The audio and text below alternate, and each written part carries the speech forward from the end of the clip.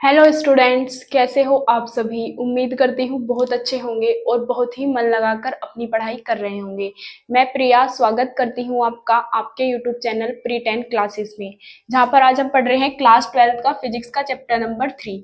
Chapter का नाम है वैद्युत विभव। इसका आज मोस्ट इंपोर्टेंट आर्टिकल करने वाले हैं हम। वैद्युत द्विध्रुव के कारण निरक्षीय, मतलब निरक्षीय कह सकते हैं या फिर क्या कह सकते हैं, अनुप्रस्थ स्थिति में वैद्युत विभव का व्यंजक। देखो, मैंने आपको अक्षीय स्थिति वाला आर्टिकल कराया था, उम्मीद करती हूँ वो आपने जरूर देख लिया होगा। अगर आपने उसे नहीं देखा तो उसे भी देख लीजिए। मैंने उसमें आपको क्या बताया था, अक्षीय स्थिति तो होती है अक्ष के अकॉर्डिंग, यहाँ पे कोई बिंदु P मानना था। निरक्षीय स्थिति होती है इस टाइप से। तो निरक्षीय स्थिति में एक बिंदु हमारा P है जहाँ पे वैद्युत विभव ज्ञात करना है। अब इसमें एक वैद्युत विभव बनेगा, वैद्युत द्विध्रुव। वैद्युत द्विध्रुव क्या है, A और B। यहाँ हमारा वैद्युत द्विध्रुव है। यहाँ पे प्लस क्यू आवेश रखा है, यहाँ पे माइनस क्यू, और इनके बीच की दूरी क्या है, टोटल 2l, और इनका केंद्र क्या है, O। O से R दूरी पर एक बिंदु P है जहां पर वैद्युत विभव ज्ञात करना है। तो जो चित्र में बनाया हुआ है बस उसे ही लिखना है, यहाँ पे कुछ भी रटना नहीं है। 2 लाइन की हिंदी लिखनी जरूरी है। यहाँ पे लिख देंगे हम, माना एक वैद्युत द्विध्रुव, वैद्युत द्विध्रुव AB है। माना एक वैद्युत द्विध्रुव AB है जिस पर प्लस क्यू व माइनस क्यू आवेश रखे गए हैं। प्लस क्यू या माइनस क्यू आवेश रखे गए हैं। अब हम लिखेंगे वैद्युत द्विध्रुव के केंद्र O के कारण एक बिंदु P लिया है हमने। तो हम लिखेंगे वैद्युत द्विध्रुव, वैद्युत द्विध्रुव के केंद्र O से R दूरी पर, कितनी दूरी पर, R दूरी पर बिंदु P, बिंदु P निरक्षीय स्थिति में रखा है। बिंदु P निरक्षीय स्थिति में रखा है, निरक्षीय स्थिति में रखा है। बिंदु P निरक्षीय स्थिति में रखा है जहां पर हमें क्या ज्ञात करना है, वैद्युत विभव। जहां पर वैद्युत विभव ज्ञात करना है, जहां पर वैद्युत विभव ज्ञात करना है, वैद्युत विभव ज्ञात करना है। वैद्युत विभव हम ज्ञात करेंगे। अब हमें ध्यान से देखना है, इसमें हमें A और P की जरूरत पड़ेगी और B P की जरूरत पड़ेगी। तो पहले मैं यही निकाल लेती हूँ चित्र से।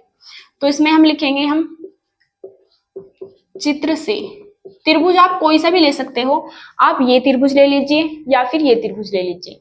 तो इसमें क्या लेंगे हम, समकोण त्रिभुज, समकोण त्रिभुज कोई सा भी ले लो।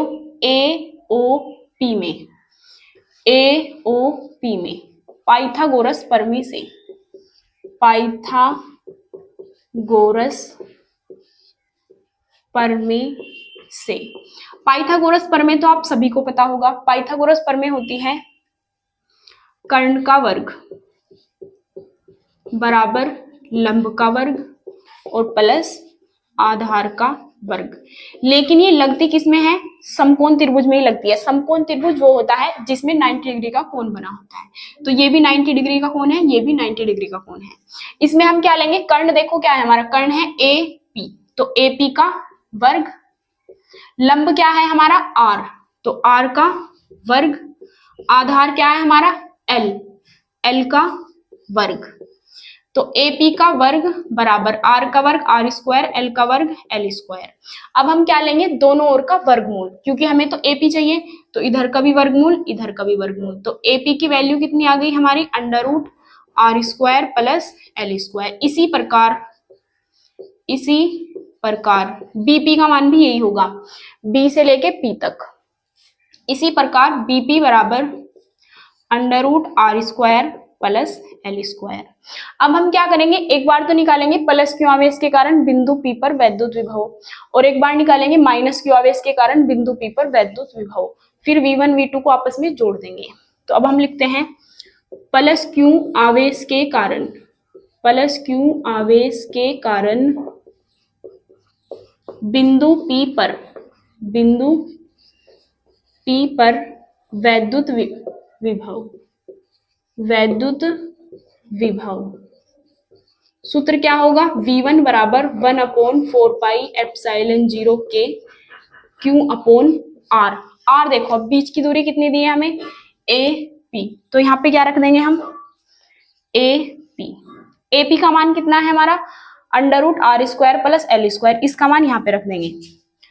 तो V1 बराबर 1/4πε0 के इंटू Q बटे AP का मान है √R² प्लस L², समीकरण नंबर 1। और यहाँ पे लिख देंगे AP का मान रखने पर, AP का मान रख दिया हमने यहाँ पे रखने पर। अभी हमारी केवल समीकरण 1 आई है, इसी तरीके से समीकरण 2 लाएंगे V2 और फिर इन्हें आपस में जोड़ देंगे। उम्मीद करती हूँ यहाँ तक आपको समझ आ गया होगा। अब आप इसका स्क्रीनशॉट लेके नोट कर लीजिए।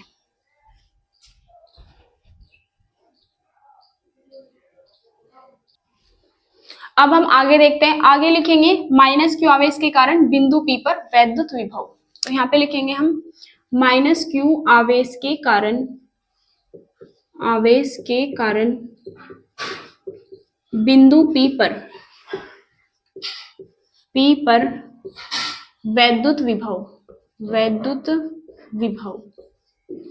अब क्या होगा V2 बराबर 1/4πε0 इंटू के और Q बटे R की जगह क्या आ जाएगा BP, तो यहाँ पे रख देंगे BP। अब हम देखेंगे BP का मान कितना है, BP का मान वही था जो AP का मान था, मतलब √R² प्लस L², तो BP का मान रख देंगे। V2 बराबर माइनस क्यू आवेश के कारण है तो यहाँ पे माइनस आएगा 1/4πε0 के into minus Q upon √R² plus L², समीकरण नंबर 2। अब हमें निकालना है बिंदु P पर कुल वैद्युत विभव। तो यहाँ पे लिखेंगे हम बिंदु P पर